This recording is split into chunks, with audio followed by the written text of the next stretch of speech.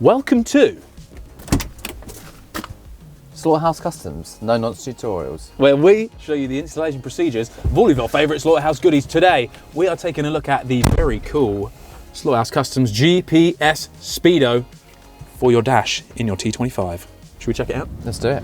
Nice.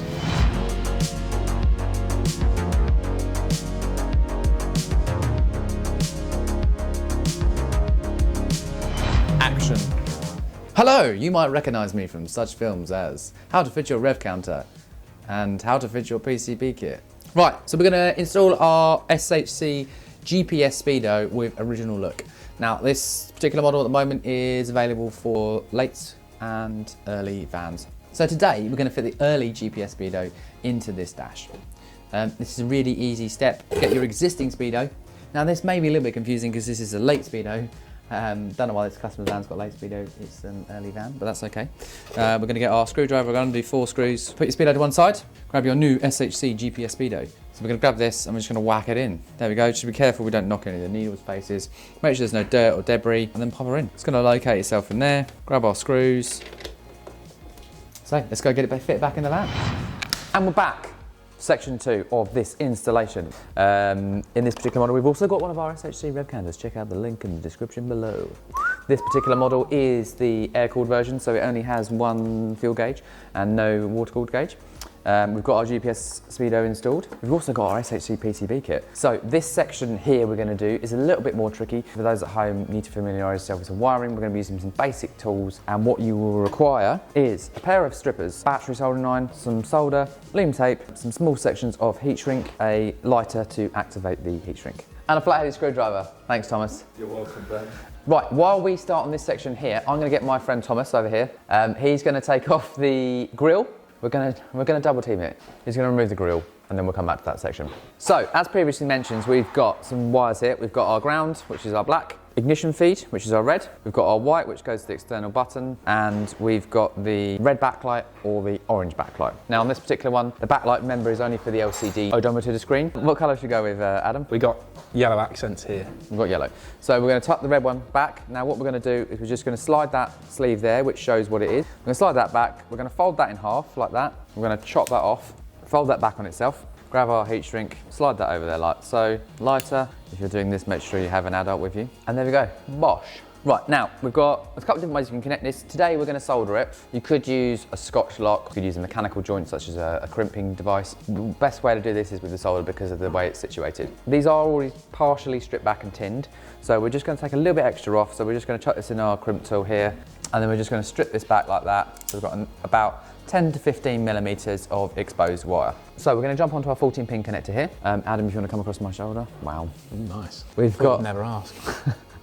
We're going to use our ground, which in all Volkswagens is brown, grey blue, which is our instrument panel lights, and we're going to use our black, which is ignition light. So what the best thing to do is grab your 14 pin connector and the wiring, carefully, gently pull it because we don't want to rip it or anything underneath. We're just going to tuck this down under here, okay, so we can now get a bit more access to these wires. We're going to carefully place this on here.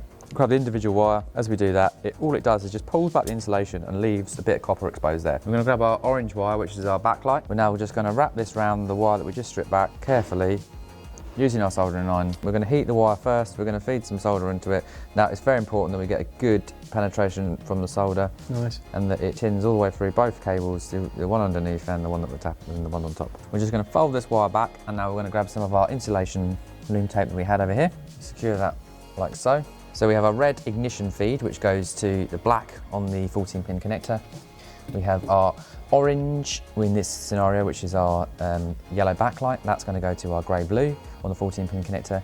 And we have our black on the, which is labelled up as ground, and that's going to go to the brown ground wire on the van. Now I'm just going to neaten this up by chucking some loom tape around it just to make it look a bit smarter and neater. And yeah, hey presto, that part of the wiring is done. We're going to now slide this back up inside. So we've got our 14 pin connector up here now, and we've also got our other wires up here. We're just going to put this over that side. Now we're going to install the little black button. So grab the black button here. So this fan doesn't have a blank, so we're going to just pop a little hole up in here. Now, a little tip with these step drills is when they're brand new and you're drilling through plastic, it's like a hot knife through butter. So just be really gentle with the amount of pressure that you put on them, otherwise you will be up to size 32 within like 2 seconds. Well, you won't, because the battery's gone flat. Clean that bad boy up and whack your button in. Now you can still see we have our Speedo cable, and we're about to remove this. And that's where Tom has done such a wonderful job with the grill. Haven't you, Tom? We are now going to remove the Speedo cable, so we're going to pull it back through. We're going to pop the grommet out. Right, that's popped out. That is half the Speedo cable removed. We've got the van in the air now. Doesn't matter, you can do this on the home and the driveway, it's not a problem at all. We're going to just basically pull our Speedo cable through, so we've disconnected it there. Depending on the early or late models, some of them might have cable tied it in. This particular one's got cable ties, so we're just going to literally cut these cable ties up there. As you can see, there's a cable tie there. And there's normally a mounting bracket here, which has already been undone with a little 10mm socket.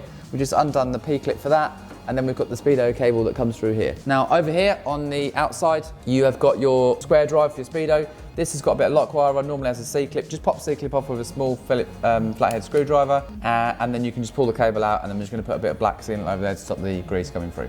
Right, the next step is gonna grab our antenna. It's a little black box, and we're going to stick it over here. So we're just going to clean the surface up with some brake cleaner or some appropriate cleaning materials, get a nice bond on there, and then we're going to get our cable and our grommet that comes provided in the kit. We're going to put that through where the original Speedo was, and then feed it through, and we're now going to take our cable ties, go on the inside, cable tie that up, and then connect it in. We're going to grab the antenna wire, and we're just literally just going to screw that on there. Now, you don't want to go full ham on this, don't need to tighten up the spanner, you just literally need to nip it up with your fingers. We're going to grab our wire for the switch. This is where you need 16 hands. We're going to plug that into the crimp on the button. I'm going to tuck that down there. And we'll grab the other end of our black wire for the button, onto the bullet connector, and we're going to connect that to the ignition live where we soldered in earlier. Plug in our PCB kit, tuck these wires down out the way. Fun fact, you can get all of these things in a kit, in a little combo pack. We do a combo pack. So if you want a GPS Speedo, a rev counter, and a PCB kit, get in the link below. Dash refurb. And the great thing about the combo pack is it saves you a few extra quid. Right, now we're going to reconnect all of our weird buttons in. Guess what?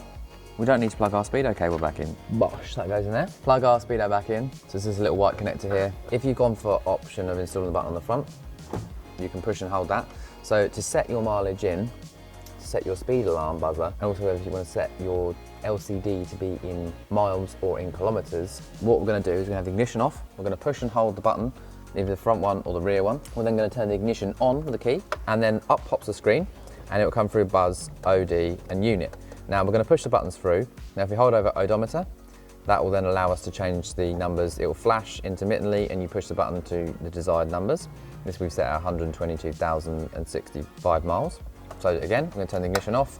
We're going to push and hold. Then it's going to pop up, so it's buzzer. This is a speed buzzer here. So currently this is set at 89 mile an hour. We're going to up that slightly to 99 miles an hour, which we're now going to change by pushing the button and letting it work its course.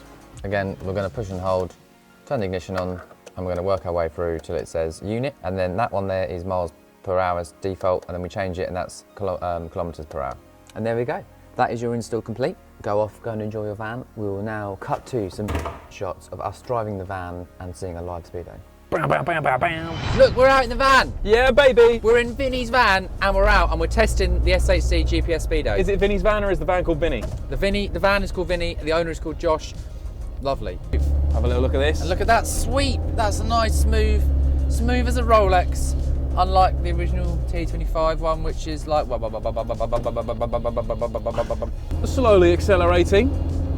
Very nice. This one's actually air-cooled, isn't it, Vinny? This is an air-cooled, 2-litre air-cooled. It's got a lovely engine in. Very cool. It's been looked after by Type 2 detectives, and I believe it's got a Video Engine Company engine in it as well. Guys, that is your fantastic Dash GPS Speedo. Brought to you by Slaughterhouse Customs, as well as his rev counter. As well as the rev counter and the PCB kit I'm behind there. Remember, you can get the entire 3-piece Dash kit in the description below. Hope you enjoyed the video, hope this was helpful, and we'll see you in the next one. Join the revolution, my friends. Like and subscribe. Only I knew how to do this. Nice. So today we're going to fit the early PCB. No, we're not. Early GPS Speedo. Yeah. So today we're going to fit the early PCB and get the... off.